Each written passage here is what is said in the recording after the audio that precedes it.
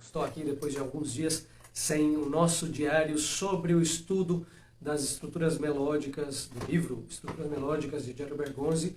Então, já vou explicar porquê disso e falar um pouco o que eu vim fazendo nesses dias, o que vem aí pela frente e algumas considerações do próprio Jerry Bergonzi que estão presentes no livro, para que a gente entenda um pouco do que está acontecendo, por que está acontecendo dessa forma e que a gente consiga realmente evoluir mais. Então, presta atenção que tem uns detalhes importantes aqui, certo? Recapitulando o que eu vinha fazendo, né, isso está presente, explicado melhor nos outros vídeos, nos vídeos anteriores, então assista a playlist aqui no YouTube.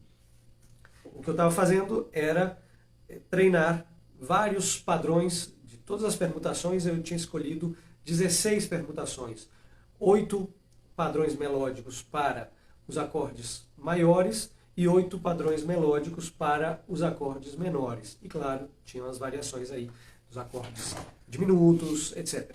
Tá? Mas eram basicamente 8 para os de estruturas maiores e 8 para os de estruturas menores. Eu fui treinando durante os dias, então por isso também não fiz outros vídeos, porque acabava não acrescentando muita coisa nova, certo? Tudo que tinha que ser feito eu fui fazendo, e é uma coisa que leva um pouquinho de tempo para a gente assimilar, para a gente ir colocando tudo no lugar e incorporar esse material que é tão interessante e que, como o próprio Bergonzi fala, faz parte, a textura harmônica desses segmentos melódicos faz parte de praticamente todos os estilos de improvisação no jazz, né, em várias formas de jazz. Então, tudo que a gente consegue, que a gente conhece por jazz, desde os primórdios até hoje, passando pelo fusion e tudo mais, contém esse tipo de textura, de estruturas melódicas. Tá? Isso a gente vai ver um pouquinho mais para frente. Então, incorporar isso e termos a facilidade de transitar por diversas harmonias com esse material é algo que leva tempo, né? Para que flua de maneira mais natural. Então, das muitas permutações, dos muitos padrões melódicos possíveis com esses graus da escala, eu tinha escolhido 16 padrões melódicos e fui estudando sobre os acompanhamentos que eu criei no Airveil Pro, onde eu trabalho os acordes maiores, os acordes dominantes, os acordes menores, os meio diminutos, que são os menores com a quinta diminuta, etc. Né? Fazendo as variações pertinentes em cada padrão. Então, de todos esses, para depois passarmos, como, né, o livro segue, eu ainda estava no primeiro capítulo, ainda estou no primeiro capítulo. E eu acredito que deve ser um dos mais demorados, porque é o que trata dessa incorporação do material melódico. Então, o que o próprio Jerry Bergonzi propõe é escolhermos poucos padrões, escolhermos 2 de cada, 2 dos maiores, 2 dos menores, e assim aprofundarmos um pouco mais e evoluirmos para o próximo capítulo com eles. Mas achei muito interessante a possibilidade de trabalhar sobre vários e escolher 2 de cada, certo? 2 dos maiores e 2 dos menores. E foi o que eu fiz, tentando sair do padrão, tentando deixar de lado completamente o padrão inicial, que é o 1, 2, 3, 5 para os maiores e 1, 3, 4, 5 para os menores, deixando esses de lado e seus inversos, né, são tocados ao contrário, né, como o 5, 3, 2, 1, que é o contrário do 1, 2, 3, 5, e o 5, 4, 3, 1 para os menores. Então deixei esses de lado para tentar focar em outros padrões que tivessem um interesse melódico diferente. Inclusive também não incluí, para essa nova seleção, eu não incluí um padrão que eu acho bem interessante, que é aquele que descreve a tríade e depois toca a nota estranha, né, como o 1, 3, 5, 2, certo? Ou o 1, 3, 5, 4 para os menores.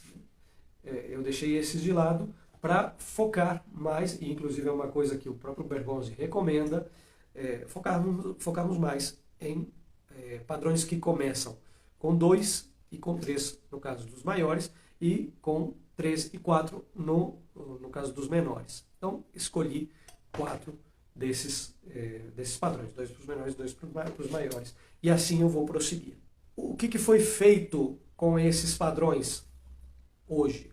Eu toquei junto com os acompanhamentos para realmente focar neles. Então agora farei um trabalho de uns 1 ou 2 dias de trabalhar sobre os acompanhamentos dos acordes, né, aquele da sequência de quartas, que eu já tinha criado, que eu vim usando, tocar somente esses padrões, primeiro em um chorus de um padrão, depois do outro, no caso, por exemplo, dos menores. Né? O padrão, no primeiro caso, seria um compasso de padrão 1, compasso de padrão 2, compasso de padrão 1, padrão 2. Depois seria padrão 2, padrão 1, padrão 2, padrão 1. Ao contrário. Isso ajuda a termos a habilidade, a agilidade mental, na verdade, de passar facilmente de um para o outro. Isso sobre os acompanhamentos dos acordes, os que estão passando por quartas. Depois temos que passar para as músicas. É muito importante passarmos para as músicas onde temos mudanças harmônicas diferentes, diversas. Não sempre pelos mesmos intervalos, temos mais variedades de acordes e assim a gente vai incorporando mais esse material. Então, acredito que devo fazer esse trabalho por 1 ou 2 dias para incorporar mais especificamente esses padrões e depois daremos seguimento, sim, ao trabalho proposto no capítulo 2.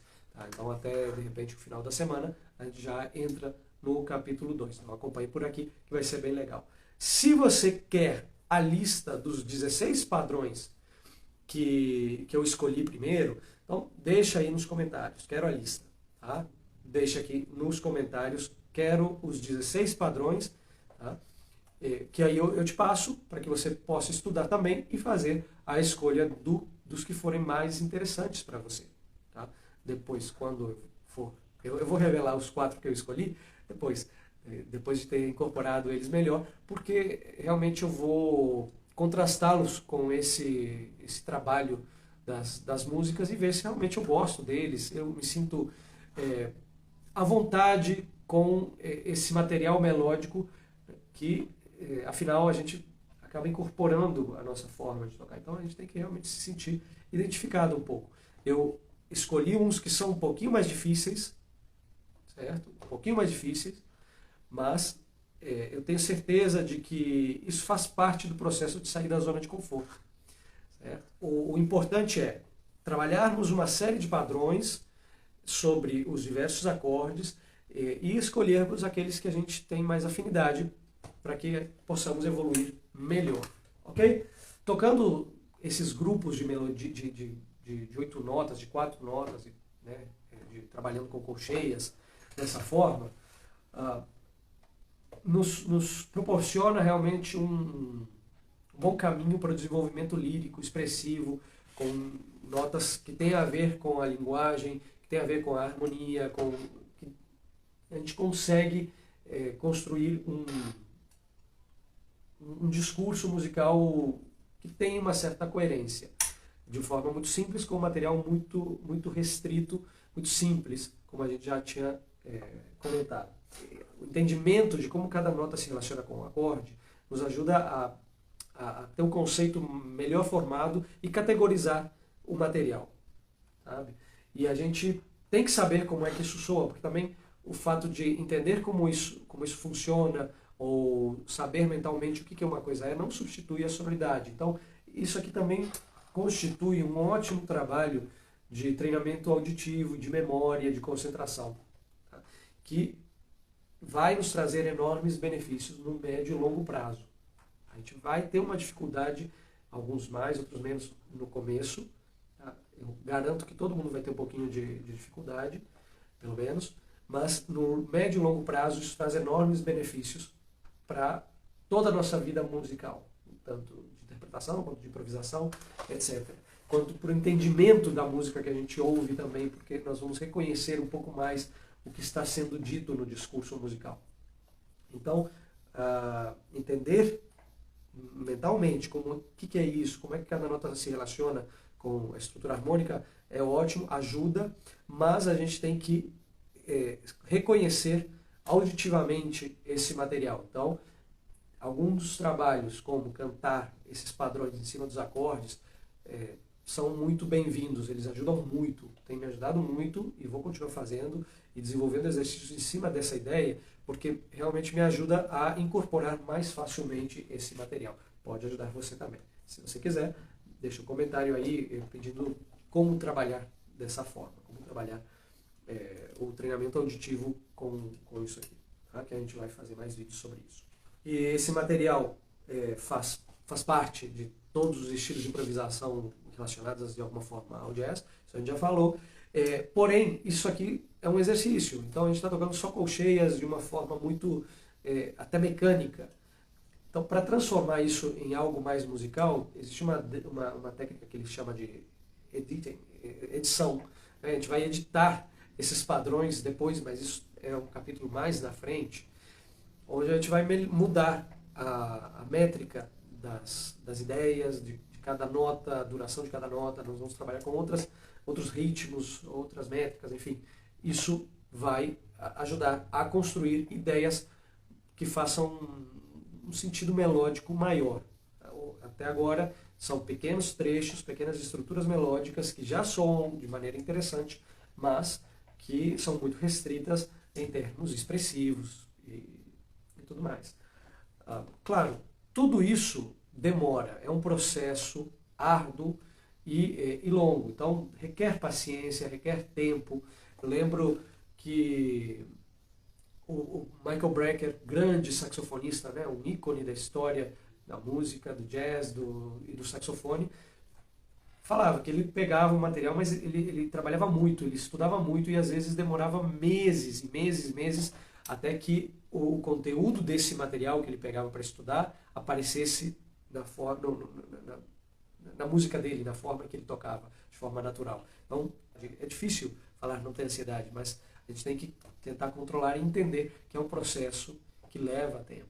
Em tempos atuais, que tudo é para ontem, fica difícil, eu sei, a gente não tem tempo, etc. Mas uma vantagem que esse estudo tem é que é um material muito, muito restrito, é muito fácil de começar a pegar e a trabalhar, e por menos que a gente vá trabalhando, mesmo que você estude pequenos trechos,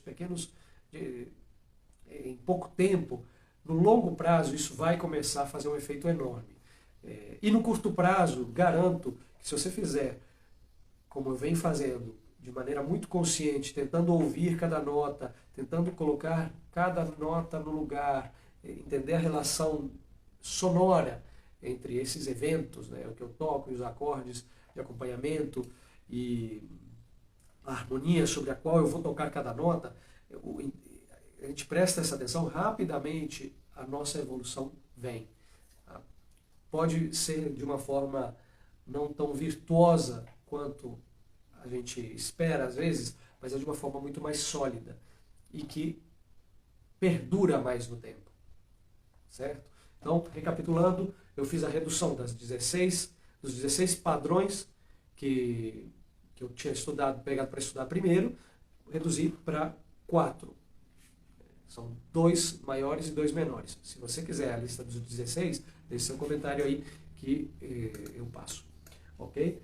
Feito isso, eu trabalhei em cima do acompanhamento dos acordes maiores e menores e tenho que fazer sobre as músicas escolhidas, no repertório de estudo que a gente vem trabalhando para pegar mais familiaridade especificamente com essas 4, que são as escolhidas e que tem uma dificuldade um pouquinho maior, uma vez que são as menos inteligíveis.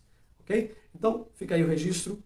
Falei várias outras coisas também, mas se você quer ver, quer lembrar, então assista de novo.